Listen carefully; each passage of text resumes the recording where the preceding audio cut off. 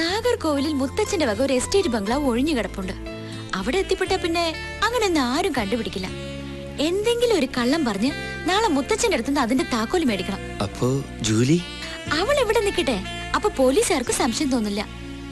അമ്മയെ കൂടെ കൂട്ടാതെ അതിനുള്ള പണിയൊക്കെ നമുക്ക് ചെയ്യാം. ഇത് ലീഡർ KRന്റെ കൊച്ചുമോള മോനെ.